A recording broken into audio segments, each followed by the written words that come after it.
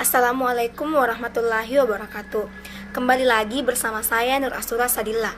Di sini saya akan membahas mengenai energi, yang mana diantaranya yaitu yang pertama, pengertian energi secara umum. Kemudian yang kedua, aliran energi dalam ekosistem serta aliran energi dan materi. Kemudian yang ketiga, dampak penggunaan sumber daya energi terhadap lingkungan. Di antaranya energi angin, energi surya, dan energi bakar fosil. Yang keempat yaitu cara penghematan energi, dan kemudian yang kelima adalah energi berkelanjutan. Nah, untuk lebih jelasnya lagi, mari kita simak penjelasan berikut. Yaitu kemampuan untuk melakukan suatu fungsi sebagai suatu pekerjaan atau usaha. Nah, kata energi ini berasal dari bahasa Yunani, yaitu ergon, yang berarti kerja. Nah, ketika kita melakukan apapun, maka yang selalu kita gunakan adalah energi, baik itu secara sadar maupun tidak sadar. Sedangkan pengertian energi menurut Kamus Besar Bahasa Indonesia, yaitu didefinisikan sebagai daya atau kekuatan yang diperlukan untuk melakukan berbagai proses kegiatan.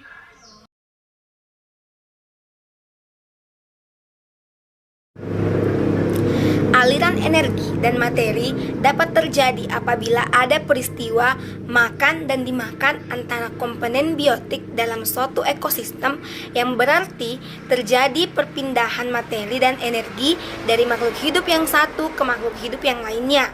Nah, perpindahan materi atau zat dan energi dari makhluk yang satu ke makhluk yang lain dapat disebut aliran materi dan energi. Kemudian, sumber energi utama bagi semua kehidupan di bumi adalah energi cahaya matahari. Dan hanya tumbuhan hijau yang dapat memanfaatkan energi matahari untuk aktivitas hidupnya melalui proses fotosintesis.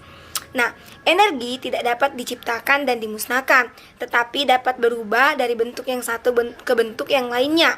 Nah, peristiwa perpindahan energi dalam ekosistem disebut aliran energi. Dan karena perpindahan energi hanya satu arah saja, maka pada energi tidak ada siklus energi.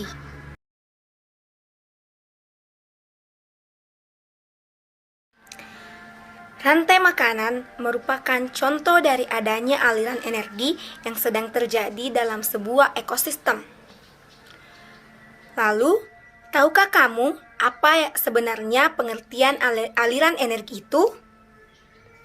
Nah, pengertian aliran energi adalah rangkaian urutan pemindahan bentuk energi satu ke bentuk energi yang lainnya, dimulai dari sinar matahari, lalu ke produsen, kemudian ke konsumen primer herbivora, selanjutnya ke konsumen tingkat tinggi karnivora, kemudian sampai kepada saproba.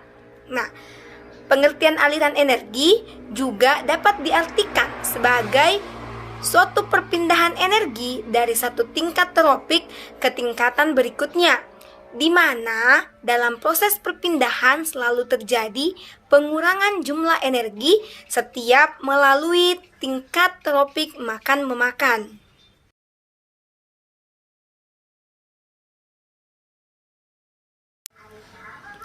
Dampak penggunaan sumber daya energi terhadap lingkungan.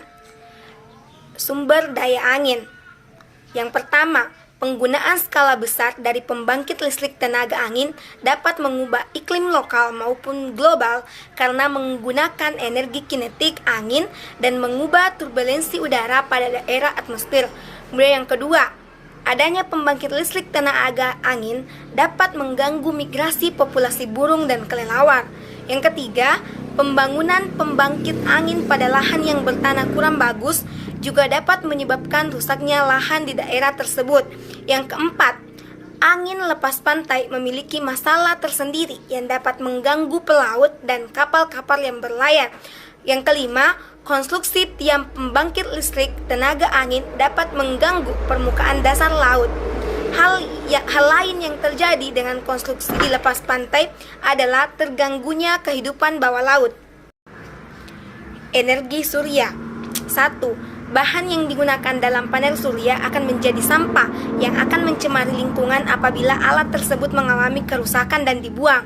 Kemudian dalam alat tersebut juga memiliki kandungan racun. Selanjutnya yang kedua, komponen pada panel surya merupakan logam yang harus ditambang. Semakin banyak kebutuhan panel surya, berarti semakin banyak pertambangan logam yang harus dilakukan.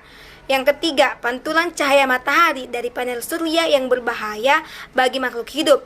Cahaya matahari yang seharusnya diteruskan ke dalam tanah namun dipantulkan kembali ke udara, sehingga lebih banyak cahaya matahari yang dipantulkan kembali daripada diserap oleh tanah.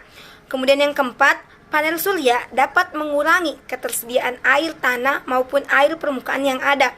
Selain itu, panel surya yang dibuat dalam skala besar di permukaan tanah juga dapat mengakibatkan daerah resapan air berkurang. Energi fosil. Secara umum, kegiatan eksploitasi dan pemakaian sumber energi dari alam untuk memenuhi kebutuhan manusia akan selalu berdampak negatif terhadap lingkungan. Berikut adalah dampak negatif penggunaan energi fosil. Yang pertama, berdampak pada udara dan iklim, pencemaran udara yang dapat menyebabkan hujan asam. Kemudian yang kedua, berdampak pada perairan dengan menyebabkan matinya biota-biota laut. Kemudian yang ketiga adalah berdampak pada tanah di mana banyak tambang-tambang terbuka.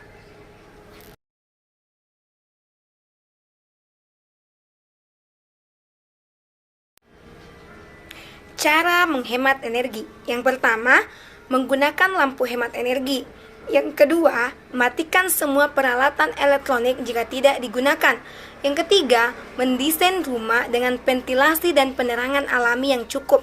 Yang keempat, menggunakan air secukupnya, tidak berlebihan, dan mematikan keran air jika sudah digunakan. Kemudian yang kelima, mengganti lampu dengan lampu hemat energi. Kemudian yang keenam, menggunakan fasilitas transportasi umum. Yang ketujuh, mensosialisasikan kegiatan-kegiatan yang bersifat hemat energi. Kemudian yang kedelapan, melakukan penelitian demi mengembangkan penemuan energi alternatif.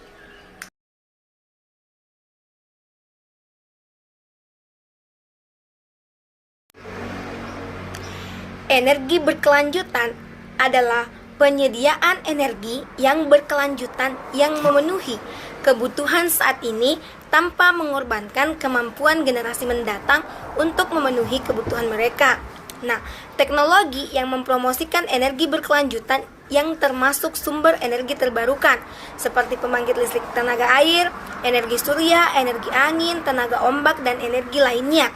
Nah, makin berkurangnya ketersediaan sumber daya energi fosil, khususnya minyak bumi yang sampai saat ini masih merupakan tulang punggung dan komponen utama penghasil energi listrik di Indonesia, serta makin meningkatnya kesadaran akan usaha untuk melestarikan lingkungan, menyebabkan kita harus berpikir untuk mencari alternatif penyediaan energi listrik yang memiliki karakter 1. Dapat mengurangi ketergantungan terhadap pemakaian energi fosil, khususnya minyak bumi. 2. Dapat menyediakan energi listrik dalam skala lokal regional. 3. Mampu memanfaatkan potensi sumber daya energi setempat. 4. Ramah lingkungan dalam artian proses produksi, distribusi, dan pembuangan hasil produksinya tidak merusak lingkungan hidup di sekitarnya. Mayoritas pakar menyebutkan bahwa masa depan energi ada pada energi terbarukan karena memiliki kelebihan antara lain. Yang pertama, relatif mudah didapatkan. Kedua, dapat diperoleh dengan gratis, berarti biaya operasional sangat rendah. Kemudian yang ketiga, mengenal problem limbah. Kemudian yang keempat, proses produksinya tidak menyebabkan kenaikan temperatur bumi. Dan yang kelima, tidak terpengaruh kenaikan harga bahan bakar. Nah, itulah tadi penjelasan mengenai energi. Cukup sekian dari saya, sampai jumpa di pembahasan berikutnya.